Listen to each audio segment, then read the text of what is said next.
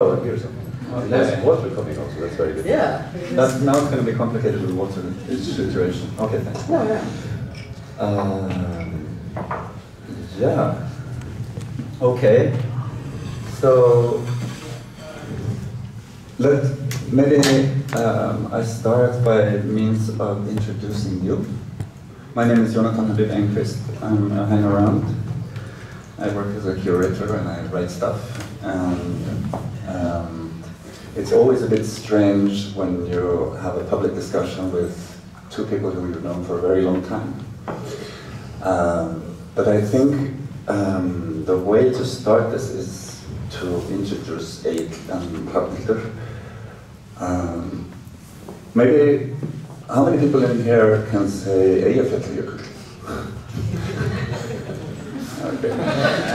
I just think it's a good, it's just maybe a good way to start by introducing you and why you have this name, why you're called Shoplifter. Yeah, oh yeah, that's good. That's a story, it's a good story. Well, yeah, my name, you know, even sounds more complicated than Eyjafjallajökull.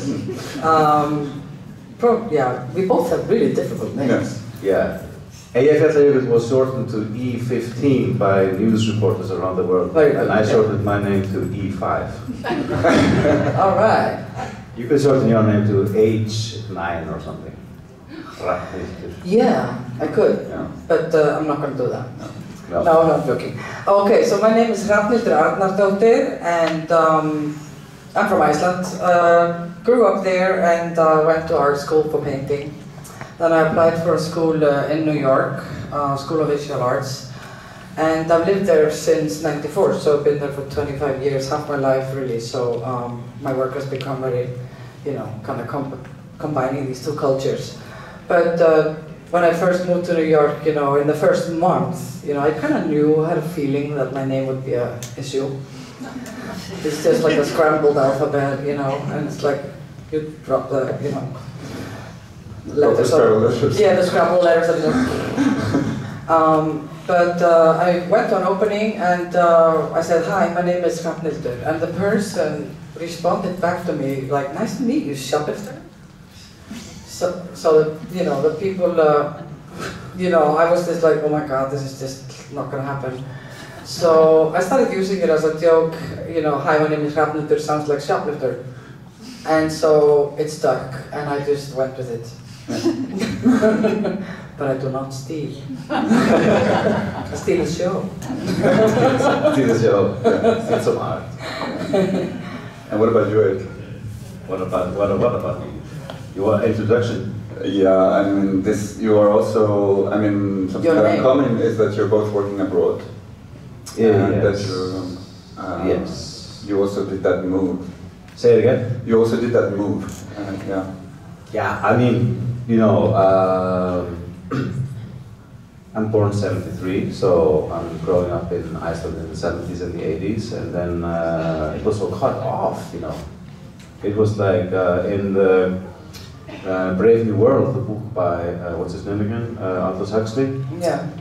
The planet is functioning really well because everybody gets a little bit of drugs, you know, and then everything's kind of nice with each other. Like, but there's a few individuals that doesn't work and they're still kind of impossible, and then they drop them off on a remote place, that's Iceland. Kind of sums it up what Iceland was in the 20th century, you know. Yeah. And I also remember watching the movie Planet of the Apes, you know, and there's like this airplane that has landed, it's like Iceland, or Air Iceland or something, you know, something far away. Yeah, it sounds like a faraway place, but it's kind of like in the middle of Europe and the US. Yeah, it is, but now it's changed, you know, I mean, exactly. And, but, you know, yeah, I moved out of Iceland to see the world. And I've been living in Berlin since 1999. Yeah. And I think, I mean, you're not unknown here in Stockholm, either of you. You just had a big show quite recently at Kulturhuset, which is one of your nervescapes. Which, yeah. And Egill has like taken over Stockholm lately with Moderna Museet, Kummelholm and Skärholmscentrum, and his galleries. So I don't know, maybe you want to just say a few things about what you're doing first, and then... you mean here now? Yeah. So there was an exhibition that kind of grew into being a presentation in many places simultaneously, which is for me, of course, a great honor to be shown on such a wide scale here in Stockholm. And it's been something that grew and happened. It started with Torbjörn and Janne from Kummerholmen, like years back. And they wanted to do a show with me in Stockholm, and then I also know Katrin Lundqvist from Moderator since many years, and we were talking and she wanted to introduce something in the film club, and I had been working on the concept of doing a presentation in multiple places simultaneously, so that it's because of some sort of a mirroring that I understood in a talk with my friend Knut Wester, that used to live in Iceland here in '96.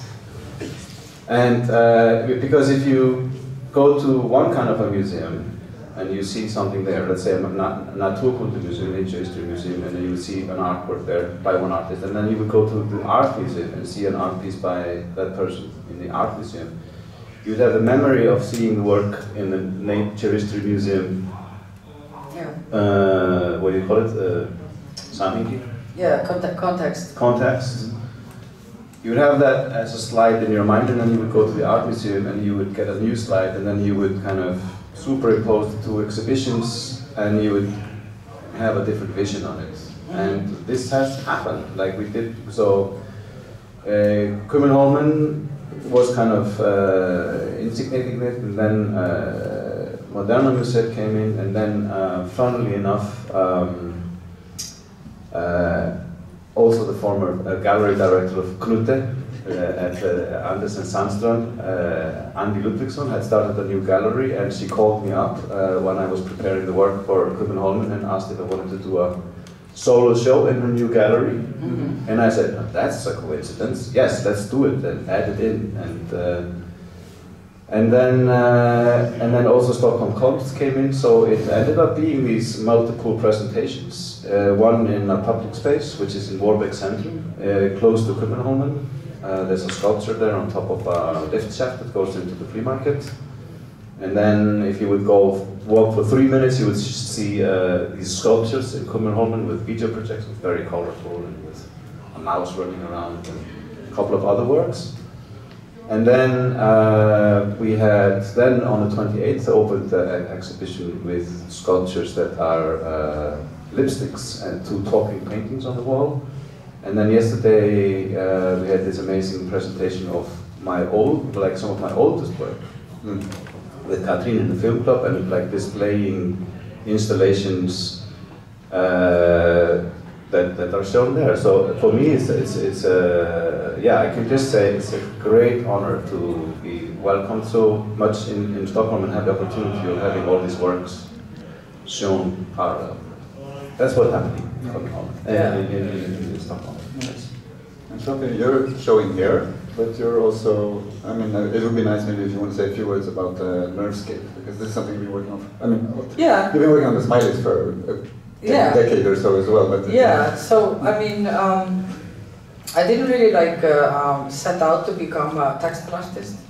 It's kind of like I'm an accidental macho textile artist because I work with synthetic hair extensions, and I use them, both on a small scale and a large scale, and because it's fiber, it becomes fiber art. And first time I really exhibited it in Sweden was in Borås Textile Museum, and I received the Nordic Textile Award.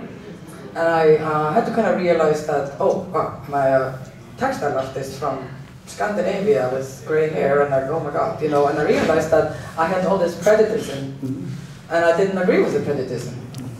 So I was like, I'm gonna totally embrace this, because I really like multidisciplinary approach to my work. Blah blah blah blah blah. Yeah. Is this sound good? Just hold. Check it. Hello. Yeah. Yeah. So then I did a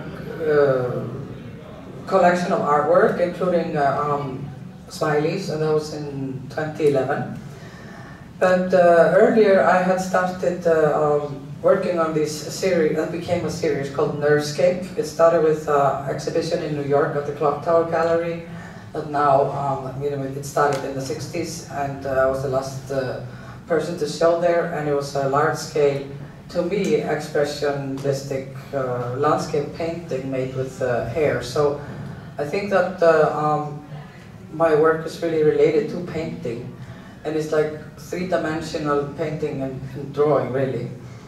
And I wanted to create these landscapes that you can go into, and the hair fibers, they really resemble the nerve system and the neurons, and I like this parallel behavior of material and in microscopic and macroscopic level, like, the landscape that exists under our skin and we don't pay attention to it. We have all these colors and we have all these like sculptures, like with, within our body.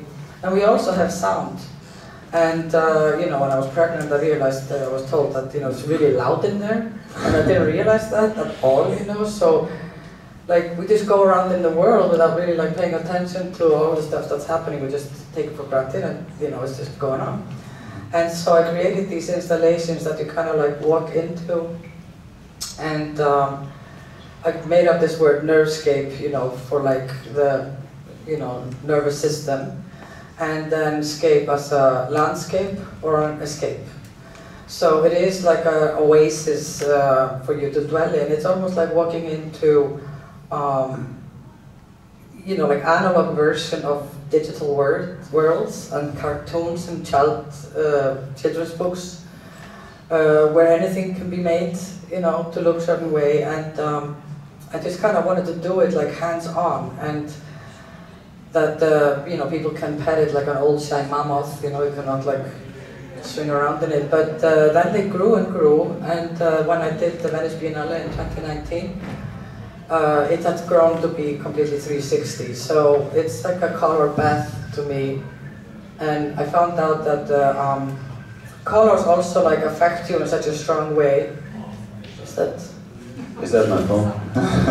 Sorry. I told you to turn it off. So basically, like the work in Venice is called Chromo Sapiens. So basically, my artwork has been a lot about turning all of you guys from Homo sapiens into Chromo Sapiens. Welcome.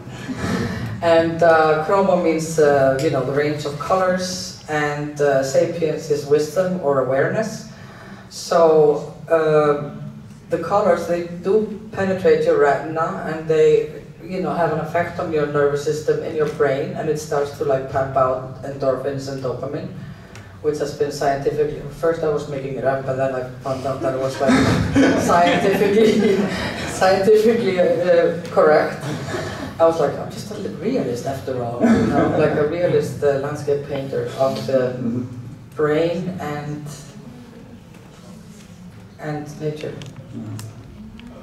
And yeah, there have been like 10 of these Nervescape. There were like 9. I think it was the last time I did it was here in Kulturhuset.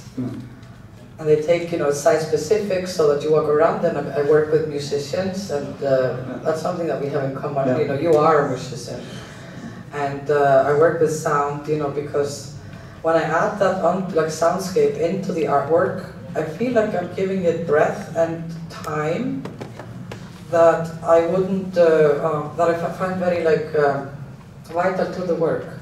There's like a pulsation, like a pulse, when you have these soundscapes that are like, not songs, but it gives you kind of like a pause. But this actually what you're saying now, this kind of question of sound, I think is worth also staying a bit with, and maybe you could also respond, because you both have an extremely generous collaborative approach, and music is part of that, like collaborating. I remember when we were working with the Momentum Biennial, and suddenly there was this moment, and Jala was there, the popular artist, and I was like, hey, shouldn't you do something in my piece? And then suddenly the whole piece just transformed. And, and you've also been working a lot with that kind of spontaneous moments, and very often related to specifically the sound and to music. And, yeah, it's true. It has been. I just wanted to say, add to something else first, sure. Because you were saying that you know that you see your work as a kind of a painting or something that you can walk into. Mm-hmm. Yeah, and I find that also very beautiful. I mean, because that is also what I wanted to do, and I think that we both come from painting. Yes, yeah. And I just realized that after having not touched the brush since maybe 1993, when I started. 1893 for me. Yeah, exactly. But that was the root, and somehow so your work kind of has sprung in a complex way out of that maybe. And absolutely. I mean, I graduated from the painting department in Iceland, and I was very unsatisfied with the two-dimensionality of it. And painting is, always talked about, it's a window into another world. I'm like, skip the window, make the world. Exactly, and that's what I was also trying to do by using computers and animations, because I wanted it to be able to step into the work. And what I love about your work is that you have these layers of actual objects with the projections, for example. Yeah. Where there's like a melting of worlds. I think now synthetic and real.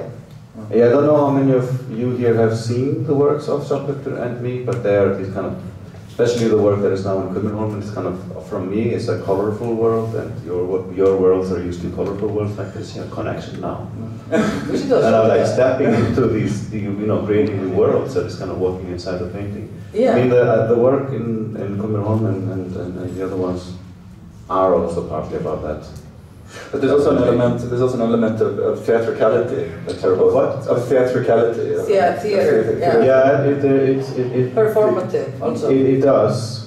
But I did once read a very good article in the book Performa, written by Rosalie Goldberg, that is the founder and director of the Performa Art Festival in New York, that maybe many of you know about. And there was an article that explained the difference between the performance of theater people and of art people, and it is fundamentally different strains, and our stuff comes out of the painting. I'm not going to tell the whole story because it will take 15 minutes. And the theater people come from storytelling, so that's why theater people sometimes can't stand artists making performances, and artists can't stand theater people. Yeah. It's a common dilemma. And then I work in fashion, and people can't stand that I allow myself to do certain things. Yeah. But we did collaborate together on a theater piece. We have, on a theater and piece. I was performing in your performance at the Vanders Gallery. Yeah, we've done it. Absolutely. We've done so much. Yeah. So I created these costumes for your performance that you put together with Bob Wilson. Yeah. Einstein on the Beach. Yeah. In New York. Barnisikov Center, yes. Yeah. True. We go way back. But I think that I find that this is kind of an essential thing, about this, to walk into the painting, and I find it in your work also very beautiful. I find exactly that you get all this serotonin and from the colors, and it's also a little bit to connect with yourself. Yeah, it's a place to kind of pause and just kind of let it wash over you. Yeah. It's like, walking through, an exploded rainbow. Yeah. And it just kind of very meditative, and people seem to just kind of, when they come into those, embrace the work, also because of the texture. The texture is soothing. It's also a little bit repulsive because it's hair, but the colorfulness of it. Mostly soothing. Yeah. I met a woman that spent 2 hours in your work in Venice Biennale with her 2 kids. Yeah. Yeah. We had cameras, and I saw people falling asleep. Yeah. I don't know it's a good thing or bad thing, but at least they could, really get into the jet lag, and also I remember there was a woman who waited 4 hours for everybody to to become alone in the work. Okay. And it just never happened because there's like a stream of people. And you know, I think that that's what, you know, I really like that that people can go into a zone and really slow down. And I think that, you know, their armor kind of like, I can see it like ghostly falling off, you know, in the front, because the impact is so immediate, emotional, and that intellectually you could just kind of don't worry about if you're supposed to understand it, because you have such a strong physical and emotional reaction to it. Yeah, absolutely, and also this kind of it's also like like you said, like a cartoon. You know, it's like you're in, which is so childish, which is a world where you can just forget yourself completely. Yeah. Could I ask you about scale? I think this is because you're talking about these quite immersive installations now, and I think you two have done probably the most bombastic editions of Iceland's representation in Venice, with very sort of complex, large, expansive, layered exhibitions that are combining many art forms and so on. But you're also both working with quite sometimes, you know, this. Yeah. I'm curious about maybe it's the relationship between intimacy and intensity or something like that. Well, we both got to the pavilion. We both stood in the same pavilion, and it was a big room. And I think that we are like really inspired by architecture and how we place things in a room. And I think that it just kind of calls for it. But I'm just as excited about, you know, the hair that falls down. And I work with this synthetic fiber that, you know, has the potential to be like harmful to nature. And that's went off when I started talking about that. But I recycle everything. I use it again and again in every single show. But now I have like 3 40-foot containers full of hair, so it's like a little bit of a mess. But I recycle it all, you know, and I think that I lost my thought. It was a question of scale. It was a question of scale. Yeah, I mean, I consider myself to be a massive maximalist, you know, like, I mean, a long time ago I gave up on the idea that I could ever become a minimalist, you know. That's just like in the rear window, I don't know. Yeah, no, exactly. Rear window, mirror. Yeah. And I think that yours is also very childlike and playful. Yeah. And I think that we share that, you know, that we value that. Yeah, exactly. Like the trolls, that I don't know how many of you are familiar with, but there's a show now at Andy's Gallery where the trolls are pretending to be painting. But they're very impatient because trolls' favorite food is people, and so they thought that the gallery might be a good place if there's some guests coming in, you know, they could eat the people by pretending to be paintings. And I mean, the whole world with the trolls is just fantasy. Some people thought it was like political, criticizing the art world or something, but for me it had zero to do about that. It was all about, like, you are a child, you play together. Say it again? There is some politics in this as well. I mean, yeah, I was not aware of it. It doesn't have to be in the foreground to be present at some level, but I think it's also the viewer can take that. Yeah, the thing is that I've been living in an imaginary world with my brother since we were children, and we still do drawings together, and we just do anything that the mind wants to do, you know, and it just flows out, and then the same thing happens with the trolls. And I think that, you know, also, like, the characters, you know, because, you know, I've been doing a series of work called Imaginary Friends. We're just emotional people. They are my imaginary friends, the trolls. That's what it is. Yeah, I don't know this word by you. I don't think so. It's all the like, you know, like stands and the like characters. Yeah, the characters.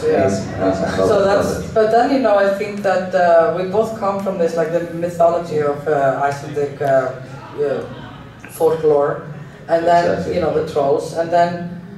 For me, it also, like, you know, I consider myself to be a pop artist, really, because I use this material for pop culture. And then humans are really like the biggest inspiration, real and unreal. Yes. And I think that you know, the smileys that I have here at the Larsen Warner Gallery, you know, it's the first time I do a group of them together. I've been doing it since 2011. And it's well, that was before the emoji pandemic, should we call it? Yeah, emoji pandemic. No, but I think that just the onslaught of these like emojis and how we use it to simplify and like really get to the point of like our feelings when we text. We're not like bothered with, you know, the complexity of text. It's just like boom, straight to the point. This is what where I'm at. Yeah. And I think that when I created those, of course, you know, I'm really inspired by Dr. Seuss and the Muppet Show. I mean, for me, these smileys are totally imaginary friends of the drummer. Yes. You know, animal. Yeah. Hello. I mean, I identify with him so much. Well, no. You know, It's like my alter ego. Like, I'm just like so it's a big favorite. Yeah, and I mean, I worked with a rock band, heavy metal band in Venice. You know, I commissioned a band that didn't do soundscape to do the soundscape. They just make 3-minute songs like, and then I put them in a studio, and like they really like they quit, and then I asked them to do this. They had quit before. They continued. I mean, I just like with electric. Restarted them. Yeah, I rebooted them. Rebooted them. Yeah. And I already loved your work so much before this, but now, like, kind of understanding this about the imaginary friend, I love your work even more. Yeah, sick, you know, like, we go way back, but, you know, you even dated my sister, you know, so, like, let's talk about that. No. Yeah, we were kind of the same family. True? No, we come from the same background, yeah. True. Iceland is a small country. You know, we're getting really personal here, you know. Yeah, we once, like, you know, took out the newspapers together. Yeah, we did. Your sister was carrying out the newspaper super early in the morning. After partying, you know, going through like, the snow in Reykjavik. Yeah, exactly. Yeah. But then also, you know, what connects us also is that, you know, I lived in New York, you lived in Berlin, and whenever you would come to New York, you would stay with me. I lived in your house, yes. Yeah, like many times, and, you know, playing with my kids and connecting with them on a beautiful level, because you're very, like, I think pure in that sense, you know, that connected to your inner imaginary child? No, totally. Yeah. But Egill, you also work with children. Yes. As part of what you do. Do you want to say something about that? Yeah, I mean, my favorite audience is children, you know, because if I can be part of something that they remember, like of their memory, then I think like, wow, that's like, that's a big honor, you know, because... Word. Yeah, because, you know, I mean, I remember being small myself, and like there's these things that kind of stand, you know, in the back of the mind, you know, and like if I get like a video of some children standing or sitting on the floor in front of some of my works and like watching a banana fly or something, and whoa, you know, then I'm just like, whoa, yes. I agree with you so much, because I have, you know, like my fuzzy bananas. No, I'm like, I don't talk to bananas. Yeah. But, you know, that I feel like there's like a generation in Iceland of children that have figured out that there's actually can be mind-blowing to go to museums. Yeah. And also there's a lot of grandparents that go again and again with their grandchildren, because the work really like speaks to the general public, you know, so it's not, you know,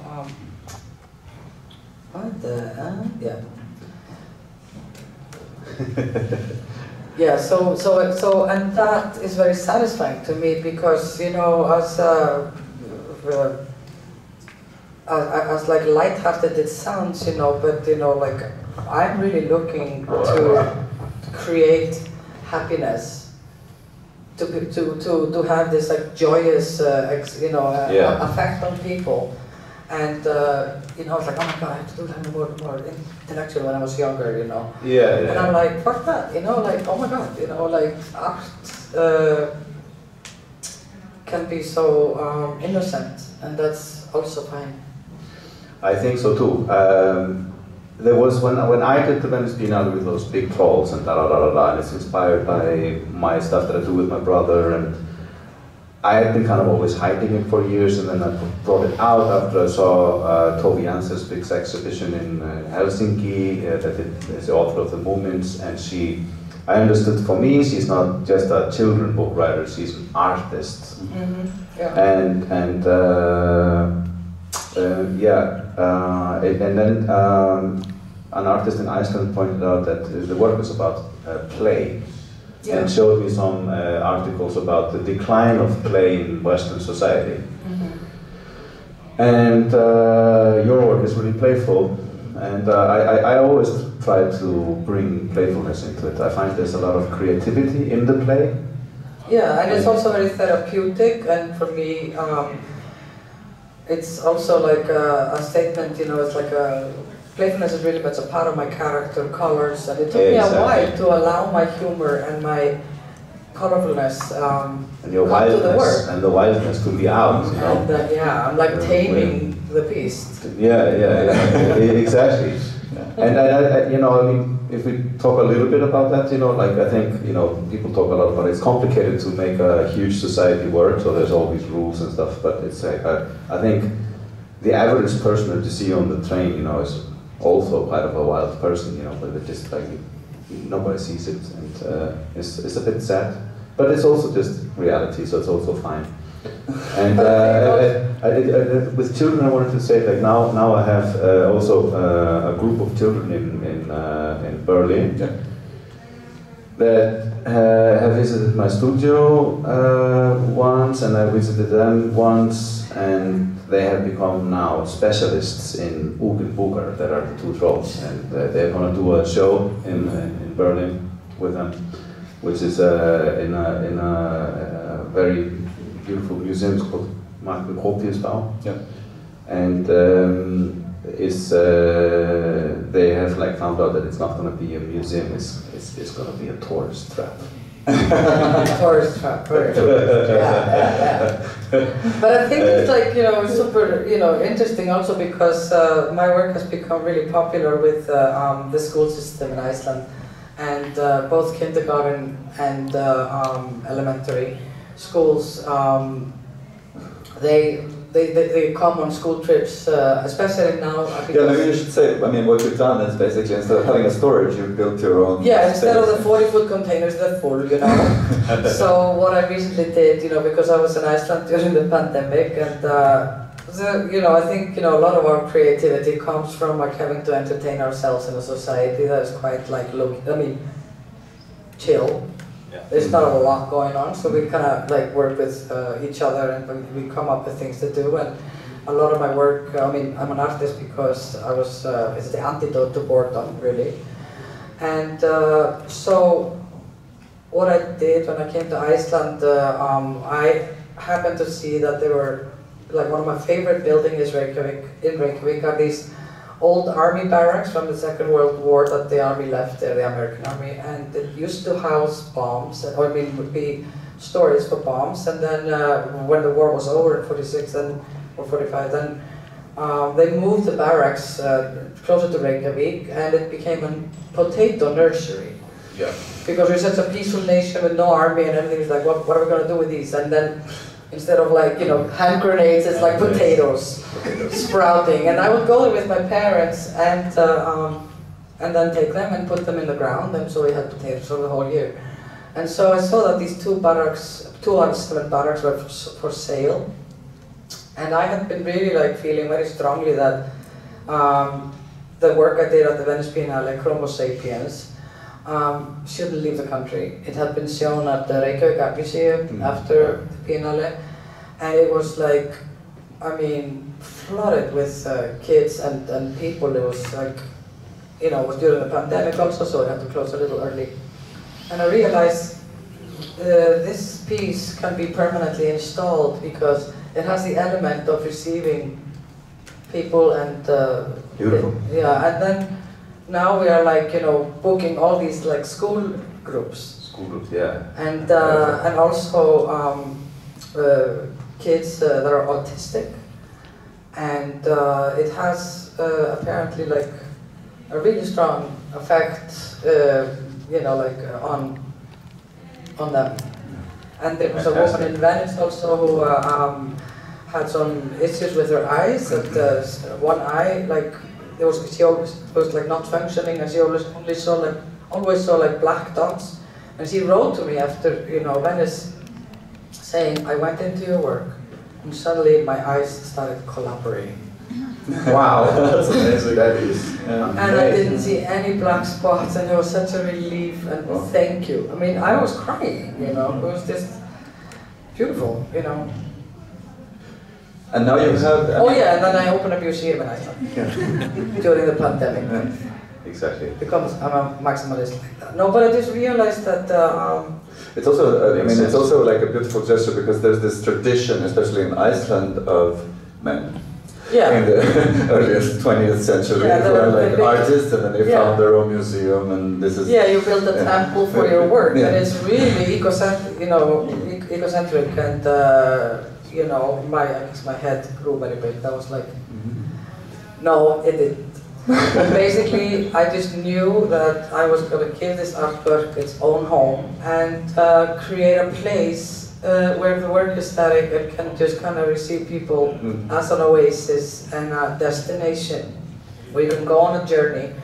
And a lot of people come again and again. I don't think there's a lot of artists that have been asked if you sell clip cards to your show, because they will come again and again.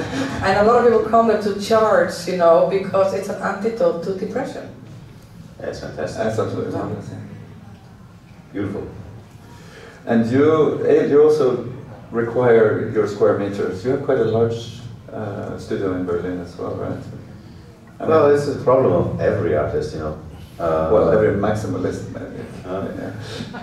But it's also, I mean, the studio is also for you a space of community and doing other stuff, and young kids coming from art school in Iceland and hanging out and doing things. Yeah, yeah. So it's also a social space that you're building there. Yeah, we work with also assistants that help us create, and we're not sad to do that also. Yes, yes, yes. A little bit. I've moved now out of the studio that was in Berlin, and I have even larger space outside of the city. And yeah, I mean, you know, you need to have a space to store your work, you know. It's just like when you start to calculate like how much you pay for storage, you know, with works that are just That's why you there. buy a place, yeah, and put the work up and charge for it. it's You know, like that's exactly, you know. I'm a capitalist. I've been in New York for 25 years. Exactly. I was in the commercial college in Iceland. Yeah, exactly. That's where you, before you started painting. Yeah. Yeah. Yeah. No, but Yeah. I think that you know, like the myth of like being, being fragile when it comes to like, where you can allow your work to go and extend, because of, my fascination with human behavior. I read a lot about neuroscience and psychology. Yeah. And it is so inspiring to me, like the way we, because the hair is like the original fiber that grows on our body. And I started using that as a way of expressing, our incredible talent for creativity, because we all have to make decisions about our own hair. If we're going to grow it or not, or if we're going to, whatever, so it calls for a creative decision, whether if you think you're a creative person or not. And I think that with that and being in New York, my work has become a lot about consumerism with this, Icelandic nature and this inescapable, inspiring things that come from living in Iceland, like you lived there for a long time. And then this kind of like pop culture and consumerism and fast, consumerism. And I think that, I am really, really into the absurd and the absurdity of mass producing synthetic hair extensions. I mean, how much does the world need? Well, I kind of like up the popularity. You're probably the biggest client, and But then again, I think, you know, like, because it's like synthetic and I recycle it, you know, I have a good conscience about it. Maybe, but I am a part of the problem and the solution. Maybe we can collaborate on a solution. So you take all your waste hair and we make 2 statues of Åke Booker, and then, you know, it's a lot of hair. And we can store it on that. On the house. That sounds like a good Let's do it. Let's do it. No, but I think that, you know, and then not to mention that, you know, we all want our work to like last forever, and of course my work is gonna like outlive everybody. Yes, exactly. Yeah, I mean, this is part of it, you know, of course. Yeah. But you're not planning on a museum in the near future? Well, there are more barracks available. Yeah, I have this building outside of Berlin, you know, that I acquired as well. But I thought about it, like at least now I have a roof over my works, you know. Exactly. And you know, and a firm ground, because you're like a gypsy with your like with very long hair for me. Yeah, that's how I was usually. Yeah. And then, but you know, yeah, I've thought about it. You know, will this building be something that hosts my work? You know, when I'm dead or something. Yeah, the legacy. You know. Yeah. I've thought about it. It's possible, you know. But I've talked about it also with many of my friends in Berlin. You know, the same generation, and you know, they're thinking about it. I mean, this could be. It's possible. Yeah, maybe. I think also, I mean, what you're not saying, both of you, is there's also something quite radical in what you're doing with these gestures of actually. I mean, vis-a-vis the mechanics of the artwork, you're actually. Yeah, taking charge. You're actually taking charge of sort of the means of distribution of your own work, in a sense. Yeah, and you know, like not just sitting, you know, like waiting for somebody to do it for us. You know, like I just decided, listen, you know, I have, you know, this beautiful work that is either going to sit in a container because it doesn't. Nobody can afford to exhibit it abroad, you know, or it's not the same height, or like, you know, and it was very specific to the Icelandic pavilion, and it's like a seminar work. So it's kind of like, for me, it's like monumental kind of. I love that. But I just, you know, let's just, you know, plant it and let it just like get the roots going. Absolutely. Yeah. Also, like living in New York, I'm not about to buy anything in New York. Yeah, it's so expensive. Yeah. And so, you know, like having a place, a destination, and a firm ground zero for my work is just an amazing feeling. It's great. It's great. Yeah. Absolutely. Maybe it's radical. Maybe it's some sort of a decentralization of the power of. I think so. Yeah. Which like then taps into cryptocurrency and the internet and all of this. Maybe. Yeah. No, but maybe I mean maybe the radicality lies in the fact that it's coming from another place. It's not done in order to counteract anything. It's done from. It's coming from another desire. Yeah.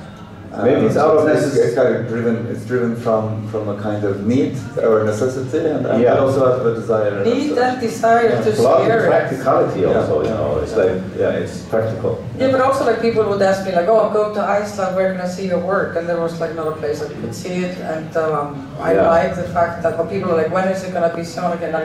And you know, a lot of museums are like, I wish we could just keep it forever, because people keep coming, and there were like lines out the door, and it's wonderful to see that people just kind of like go into this like really like sense of love. Really, I saw a couple once, you know, in Kiasma when I did the nurse kit there, and they came in and they kind of dispersed, and then they came together again, and like both, you know, kind of like had one of these hanging fur, like kind of like breathe. You know, they just walked with it, so they came like, and they came into a hug and kissed, and I was like, oh, you know, like, but it's like they were so in love, and it was like so, it just brought them to this pure feeling, and I think that, I guess, you know, like also with the smell, it's like this about these feelings, you know, portrait of feelings, or like generating feelings, you know, that are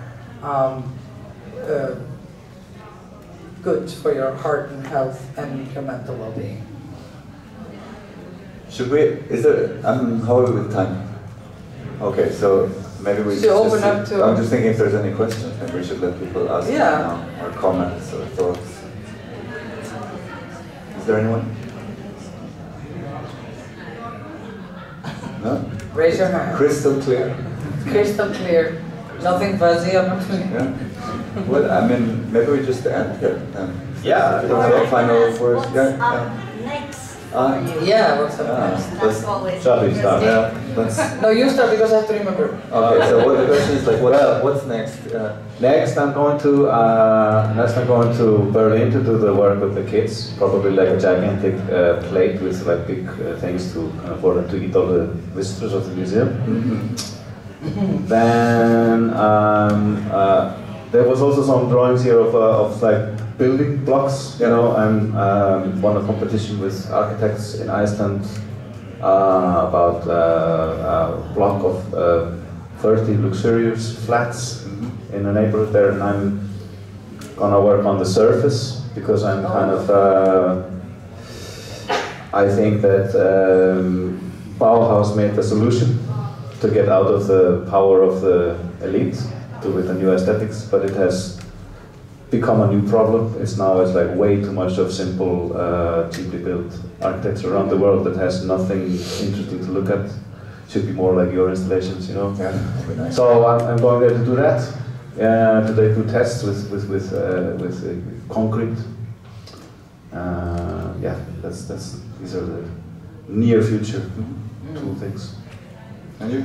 Yeah, I'm going to Iceland tomorrow to attend to my museum and just to show up. And I have a business partner. This is not one woman show.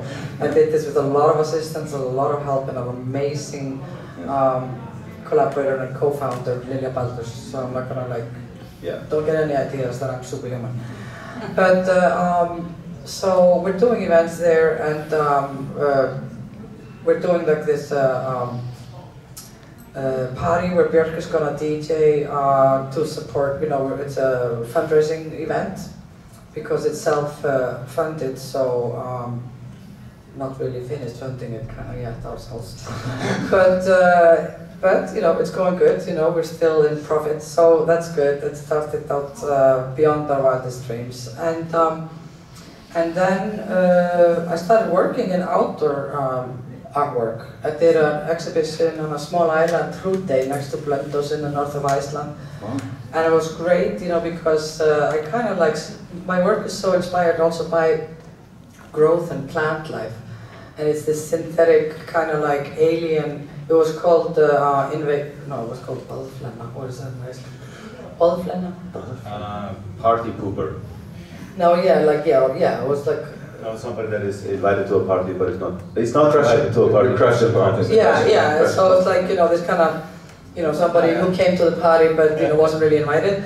So the work, you know, was kind of like camouflaged into the real natures, almost like the alien landing, and they're just like trying to like pretend they belong there, but it's like, you know, radioactive looking, you know, and you know, like moss, and I would just kind of add it to the trees and play with it. And then also there was a big totem pole that was almost like, you know, inspired by, you know, Space Odyssey, like the alien structure. Wow. Yeah.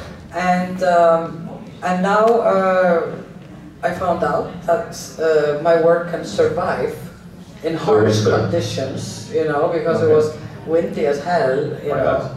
And, so it's going to get even bigger now. Yeah, I was talking about to people like, you know, like I just decided to do small work, and they were like, my brother was like, you took over a whole island. I'm like, oh yeah. I'm joking that Björk, you know, Björk put Iceland on the map, and I'm putting like a tiny island on the map. But then I'm doing 10 of these totem poles, like flag poles that are like 7 meters tall and more. 10 of them together in a group, you know, for a music festival in Arkansas, US. Wow. And then after that I go to artist in resident at a glass school in Liljevalchs in Seattle. Wow. So busy. Glass is coming. Glass is coming. That's exciting. Yeah. How about that being the end of glass is pottery? That's the perfect final word. Would you like to add something? It's the new trend in art life. Okay, well, thank you. And thank you for coming on a walk for this day. It's the easiest moderation I've done in my entire life. Yeah, you're good. We're not shy. You wanted to pull it out of us. Can I get some sound again? Can I get the sound again? There are posters over there that you are welcome to take with you. It's about the show in Copenhagen and Moderna. Which you really should see. Where is the poster again? It's on the on the table. So you're free to take it, roll it up, and take it with you if you want. Just do it now. Thank you. Yeah.